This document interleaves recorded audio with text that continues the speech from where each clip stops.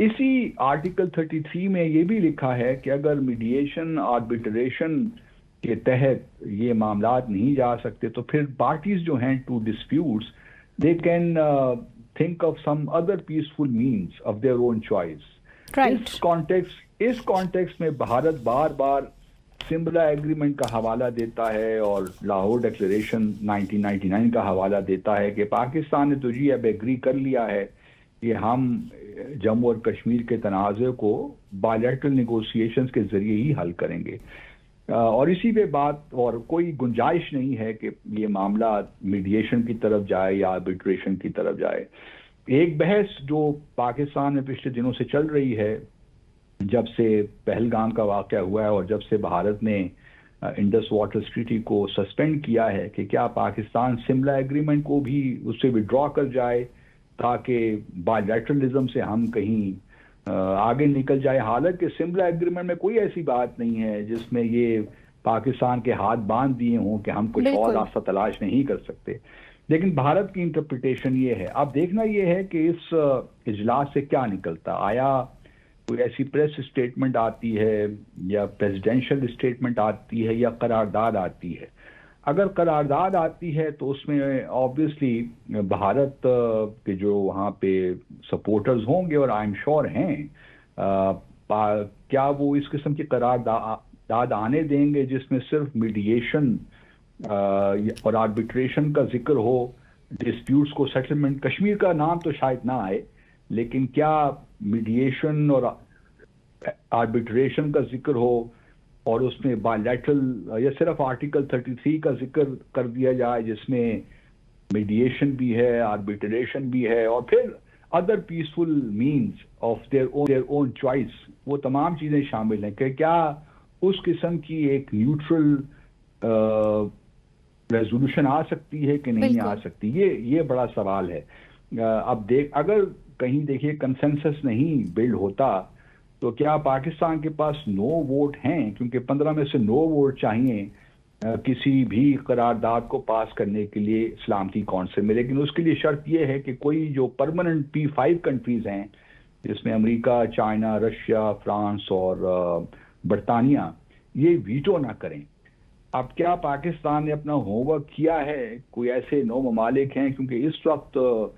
تقریباً 5 ممالک جو مجھے یاد پڑتا ہے وہ آئی سی کنٹریز ہیں، اور آئی سی کی بڑی سخت ریزولوشن ہیں، بڑی اسٹرانگ ریزولوشنز ہیں کشمیر کے معاملے پہ.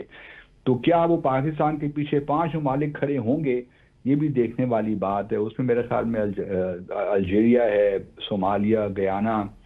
اور ایک اور ملک ہے، پاکستان ہے اور ایک اور ملک ہے. تو وہ کیا کھڑے ہوں گے پاکستان کے ساتھ؟ آئی ایم شیور پاکستان نے کچھ ہوم ورک تو اس بارے میں کیا ہوگا، اور میرا اپنا خیال یہ ہے کہ شاید یہ معاملہ ووٹنگ کی طرف نہ جائے. اگر ریزولوشن پاکستان کا مقصد ریزولوشن لانا ہے تو اس پر بھی اب تک کام ہو چکا ہوگا، پریس اسٹیٹمنٹ لانی ہے تو اس پر بھی اب تک کام ہو چکا ہوگا، اور اگر کوئی پریزیڈینشل اسٹیٹمنٹ لانی ہے تو اس پہ بھی کوئی کافی کچھ بات چیت ہو چکی ہوگی. کیونکہ آپ دیکھیں نا آج 19 جولائی ہے اور یہ 22 جولائی کو یہ اجلاس ہونا ہے، تو یہ ممکن نہیں ہے کہ کچھ کام نہ کیا ہو. لیکن اب دیکھنا یہی ہے کہ کس حد تک جو بھارت، کیونکہ بھارت تو اس وقت سیکیورٹی کونسل میں نہیں ہے، کس حد تک خاص طور پہ فرانس اور برطانیہ بھی کسی حد تک آپ کہہ سکتی ہیں، اور امریکہ بھی شاید، کس حد تک پاکستان کی جو ایفرٹ ہے، چاہے وہ قرارداد کے حق میں ہے یا پریس اسٹیٹمنٹ ہے یا پریزیڈینشل اسٹیٹمنٹ ہے، کون سی راہ نکلتی ہے. لیکن کچھ نہ کچھ آؤٹ کم ڈاکومنٹ تو کچھ نہ کچھ ہوگا، اور وہ کتنا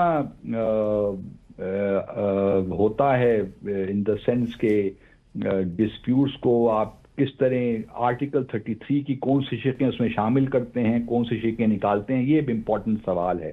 لیکن میرا اپنا رجحان یہی ہے، گمان یہی ہے کہ جو بھی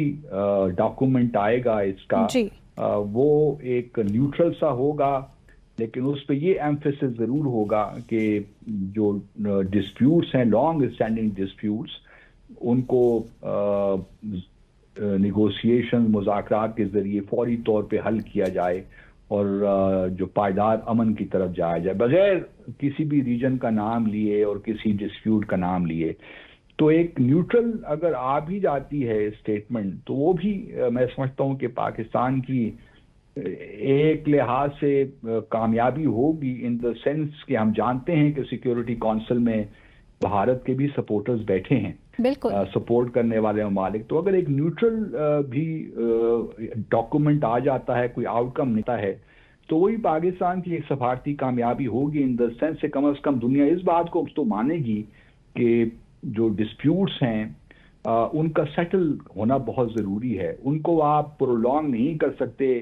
کہ بس یہ بائیلیٹرلزم. دیکھیں نا، ہم بھی بھارت کے ساتھ پچھلے 50 سالوں سے زیادہ اب ہو گیا ہے، 53-54 سال ہو گئے ہیں بھارت کے ساتھ یہ بائیلیٹرلزم کرتے کرتے، لیکن یہ معاملات تو کشمیر کا معاملہ تو وہیں ہے. اور جو ہے پہلگام کے واقعے نے اس بات کو، اب اس کے محرکات کوئی بھی ہوں، فالس فلیگ آپریشن ہے، کچھ بھی ہے، لیکن یہ بات اپنے تئیں حقیقت ہے کہ یہ اس قسم کی جو ڈسپیوٹس ہیں، چاہے وہ فلسطین ہے، جموں اور کشمیر میں، ان کی وجہ سے نہ مڈل ایسٹ میں امن ہے اور نہ ہی جنوبی ایشیا میں. جہاں اسرائیل وہاں ایک بہت بڑی رکاوٹ ہے امن میں مڈل ایسٹ میں، جنوبی ایشیا میں بھارت ایک بہت بڑی رکاوٹ ہے پائیدار امن میں. تو میرے خیال میں یہ پاکستان کا بڑا ایک درست فیصلہ تھا کہ اس معاملے پہ ایک بلایا جائے اجلاس. اب دیکھتے ہیں کہ بھارت بھی آئے گا، اس میں اپنی تقریر کرے گا، بھارت کیا لے کر آتا ہے. وہ تو آبویسلی دہشت گردی کی بات ہی کرے گا، اور وہ کوشش اس کی یہی ہوگی کہ پوری جدوجہد کو دہشت گردی کے ساتھ جوڑا جائے. بالکل، بھارت کوششیں جاری رکھے گا. باسط صاحب، ہم نے فیلڈ مارشل عاصم منیر صاحب کے دوروں کا احوال بھی اپنے ناظرین کے ساتھ شیئر کرنا ہے اور اس پر تبصرہ کرنا ہے، لیکن اس مختصر وقفے کے بعد